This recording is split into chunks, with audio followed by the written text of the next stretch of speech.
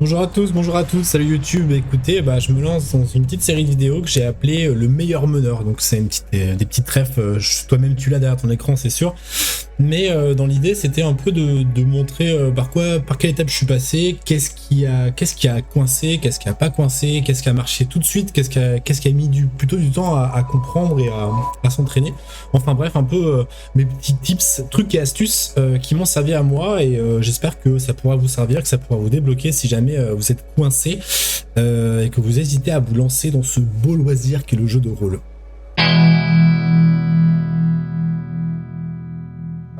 Une définition de ce qu'est le JDR pour moi, c'est plutôt c'est faire fonctionner son imagination et raconter ensemble une histoire interactive où le maître du jeu il prévoit des événements ou des situations. Et lorsque la situation ou la résolution de cette situation elle est incertaine, on s'appuie sur un système de solutions basé sur l'aléatoire, genre on jette des dés la plupart du temps. C'est un peu barbare dit comme ça, mais ça résume assez bien. Si vous avez une meilleure définition du JDR, mettez-la en commentaire, ça fait plaisir. Je prends.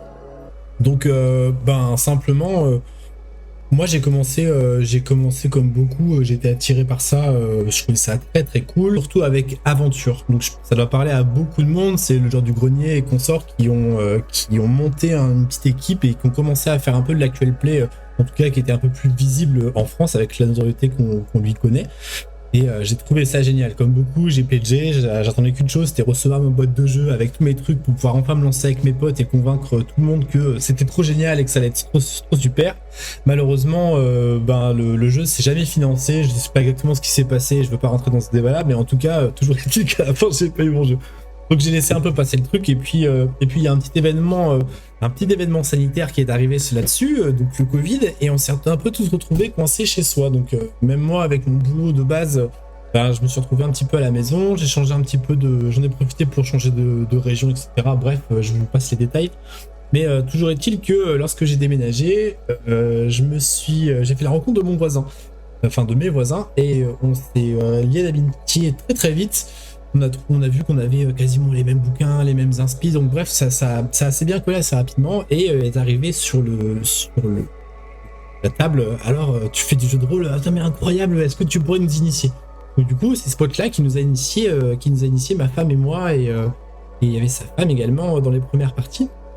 Et ensuite, on a commencé à jouer un petit peu comme ça, et la hype est montée, et moi je me suis dit, bon, maintenant que j'ai eu une première partie d'introduction, le truc que j'ai kiffé le plus à ma première partie, vraiment te sentir immergé dans la partie et sentir le fait que tu as du choix et du poids sur l'histoire.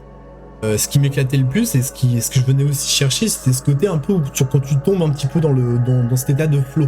T'es vraiment dans le jeu, t'es complètement immergé, t'oublies tout le reste, t'es là, t'as les deux pieds dans la gadoue, t'as le dragon qui est en face de toi, il pue, toi t'es là, qu'est-ce que je vais bien pouvoir faire, quoi. Donc ça c'était vraiment ce qui m'attirait beaucoup, de te retrouver un peu comme dans la peau d'un enfant de 5 ans qui est dans son jeu, il fait son histoire et tout le reste est oublié. Vas-y, je me lance et puis bien ce que ça va donner, quoi.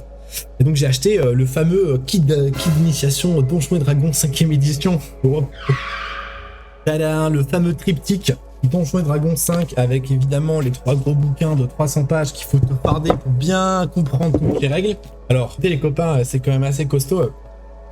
J'ai pas tout lu, hein. Très honnêtement, c'est assez long, c'est un peu rébarbatif, c'est pas toujours extrêmement intéressant ni pertinent. Bref, une des premières choses que tu lis, c'est il y a des règles, mais vous n'êtes pas obligé de tout utiliser.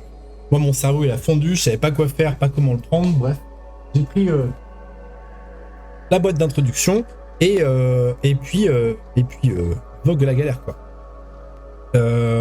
Ça s'est plutôt bien passé dans l'ensemble. J'étais avec des joueurs débutants, donc du coup on savait pas trop ce qu'il fallait pas faire.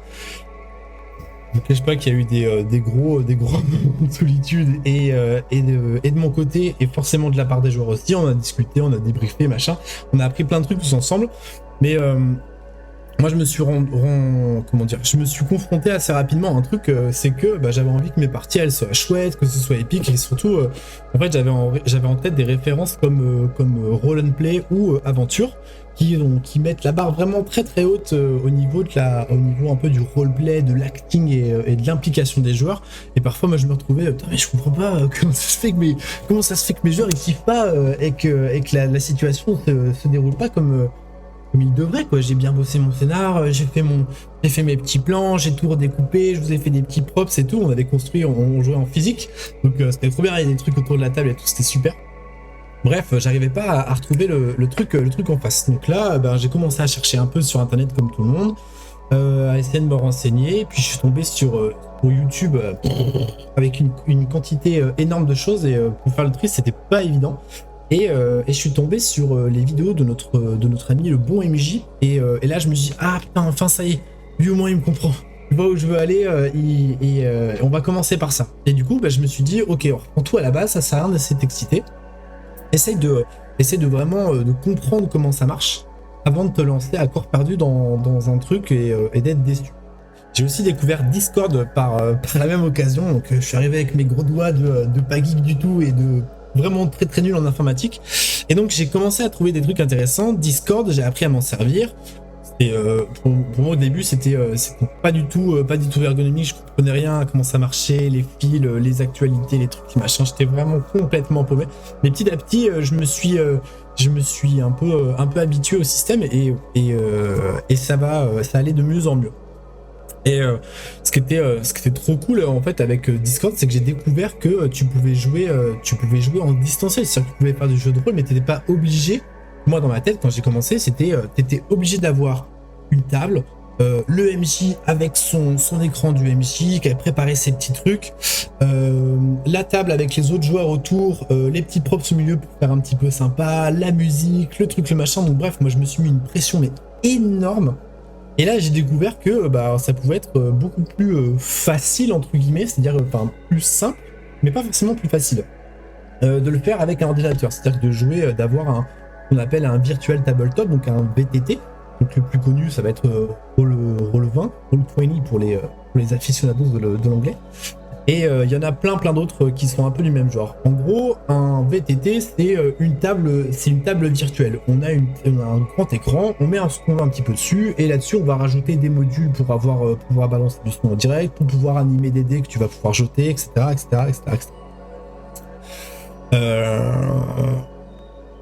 Donc ça c'était plutôt cool parce que du coup une fois lancé dans le Discord et les parties virtuelles et que j'ai compris un petit peu comment ça marche, je me suis dit il faut que tu diversifies ton expérience, tu peux pas rester que dans ton propre truc, il faut que tu testes d'autres choses.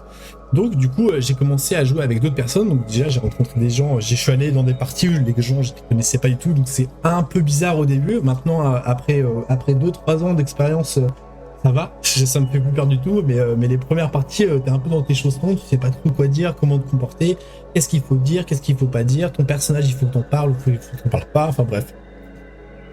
Mais je suis allé beaucoup sur des one-shots, donc vraiment l'idée d'une simple partie qu'on va se finir en une seule soirée, peut-être 2, un maximum 3, mais vraiment sur des choses très très petites pour pouvoir regarder un maximum de concentration. J'ai joué à pas mal de choses, j'ai joué à Macato Monster, Alien, Chroniques oubliées, Shadowrun, Aria. Aria d'ailleurs, on joue ensemble depuis plus de 2 ans maintenant et il y a la campagne qui est disponible dans la description sur l'autre chaîne. Allez voir, franchement c'est chouette. Pas la parenthèse.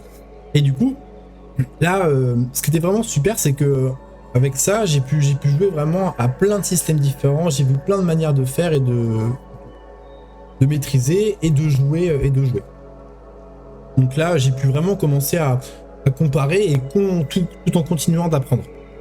Je voulais vraiment comprendre, moi ce qui m'intéressait surtout c'était le comment, la mécanique, c'était quoi le truc, tu vois, comment tu fais pour que ça puisse fonctionner. Ce qui m'a beaucoup aidé pour progresser à un moment où je savais pas trop où aller et vraiment je voulais aller plus loin. C'était la petite formation du bon MJ qui s'appelait l'Entre du Grillé. Alors c'est plus disponible sur sa chaîne, mais si vous lui demandez gentiment sur le Discord, je pense qu'il y a moyen de pouvoir la récupérer.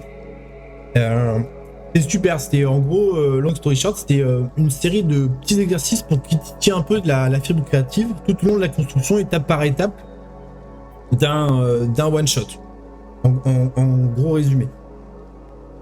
En gros, moi je voulais vraiment réussir à sortir du combat tactique des dessins, donc très tu tapes, je tape, il tape, c'est hyper long et moi ça m'éclatait pas. J'avais envie de quelque chose de plus dynamique. C'est quelque chose que j'avais retrouvé un peu dans d'autres parties que j'avais pu jouer, mais que je savais pas faire. Donc je me suis dit tiens, vas-y, on fait une petite formation, on va voir ce que ça donne.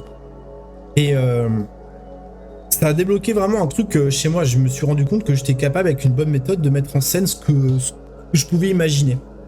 Après, rien de bien original, hein, mais au moins c'était fonctionnel. C'est-à-dire que quand je pensais à un truc, je me disais, ah ouais, est-ce que ça pourrait marcher? Ah oui, c'était cool. C'est ainsi que j'ai pu écrire la scène de fin du scénario d'initiation de la boîte DD et mettre de la lumière sur le décor, le moduler, qui soit utilisé par les joueurs. Le plafond qui est troué, prêt à s'effondrer, le sol qui est en piteux état, la grille que tu peux fermer avec un système, etc. Donc ça, c'est des trucs que j'ai appris par cette formation, à mettre comment ça s'appelle, des horloges, ce qu'il appelle des horloges et des comptes à rebours. En gros, tous les temps, il y a quelque chose qui va se passer. Réussir à vraiment amener de la matière dans ce qu'on fait. En gros, je voulais passer de ça, tu vois, genre 4 petites lignes qui sont alignées. Il y a une vieille bâtisse, il y a le dragon qui est à l'intérieur, à quelque chose avec les petits détails, mais que ça puisse venir assez naturellement. Et la sensation autour de la table, elle a été unanime. C'était une de nos meilleures parties ensemble, en tout cas dans les débuts, et sûrement une des meilleures de la partie de l'initiation. Mais par contre, j'ai fait une petite bourde. Je m'étais tellement concentré dans mon histoire et vraiment vouloir la raconter d'une certaine manière, que j'ai un peu mis de côté les réactions des joueurs. C'est-à-dire que en gros, t'as un combat contre le dragon qui est fait, et les joueurs, ils arrivent, ils défoncent le dragon. C'est-à-dire qu'ils ont vraiment bien géré le truc, ils utilisent bien la tactique du jeu. Ils l'ont explosé, mais beaucoup trop vite. Et moi, c'était pas tout à fait ce que j'avais prévu. Et moi, j'avais envie d'un final un peu épique, genre il parvient à s'échapper, et puis finalement le grand magicien qui les a aidés pendant le druide qui les a aidés pendant leur quête, et il arrive et puis le but un peu comme ça. Je trouvais ça super classe, et dans ma tête, c'était super. Et c'est un peu ce que j'ai forcé dans ce sens-là. Et malheureusement, le retour de la table, il a été tranchant direct, quoi. Boum. Ouais, mais en fait, ça fait chier parce que nous, on voulait faire des trucs et en gros, peu importe ce qu'on fait, ça a pas de poids. Le truc que j'ai kiffé le plus à ma première partie, c'est vraiment te sentir immergé dans la partie et sentir le fait que t'as du choix et du poids sur l'histoire. Et là, j'étais dégoûté. Ça m'a mis une espèce de grosse claque derrière la tête à me dire, putain, mais... en fait, c'est chiant, ça marche jamais, même si t'as le truc et que t'as prévu ton truc comme tu le veux et t'as ton histoire, tu sens qu'elle est bien, etc. Mine de rien, il y a un truc que j'avais pas compris, c'est que le JDR, c'est les joueurs qui font l'histoire. C'est le MJ, il amène des éléments, des situations, et finalement, c'est plus les joueurs qui doivent faire l'histoire. Mais tu vois... frustration énorme des joueurs, hein. Et perso aussi, parce que du coup moi ça m'a flingué un petit peu et ça a gâché un peu le plaisir sur toute la table, et alors que j'avais mis du temps et de l'énergie, etc. Mais du coup, c'était quoi la solution? Il faut prendre une commerce du campagne avec t'as tout le descriptif qui est à l'intérieur, point par point. Est-ce qu'il faut le faire toi-même? Mais c'est que le début du périple, et un jour je serai le meilleur meneur. Et voilà, c'était le premier épisode de cette petite série, le meilleur meneur. Donc là, on s'est concentré un petit peu sur les problèmes au moment où tu commences. La prochaine fois, on verra un petit peu comment tu t'inspires. C'est quoi, qu'est-ce que je suis allé chercher un petit peu dans ce que j'avais lu, ce que j'avais vu comme film, ce que j'avais pu expérimenter, etc. Qui ont un petit peu nourri toute ma réflexion et qui m'ont permis de créer tout un univers. À la prochaine, ciao.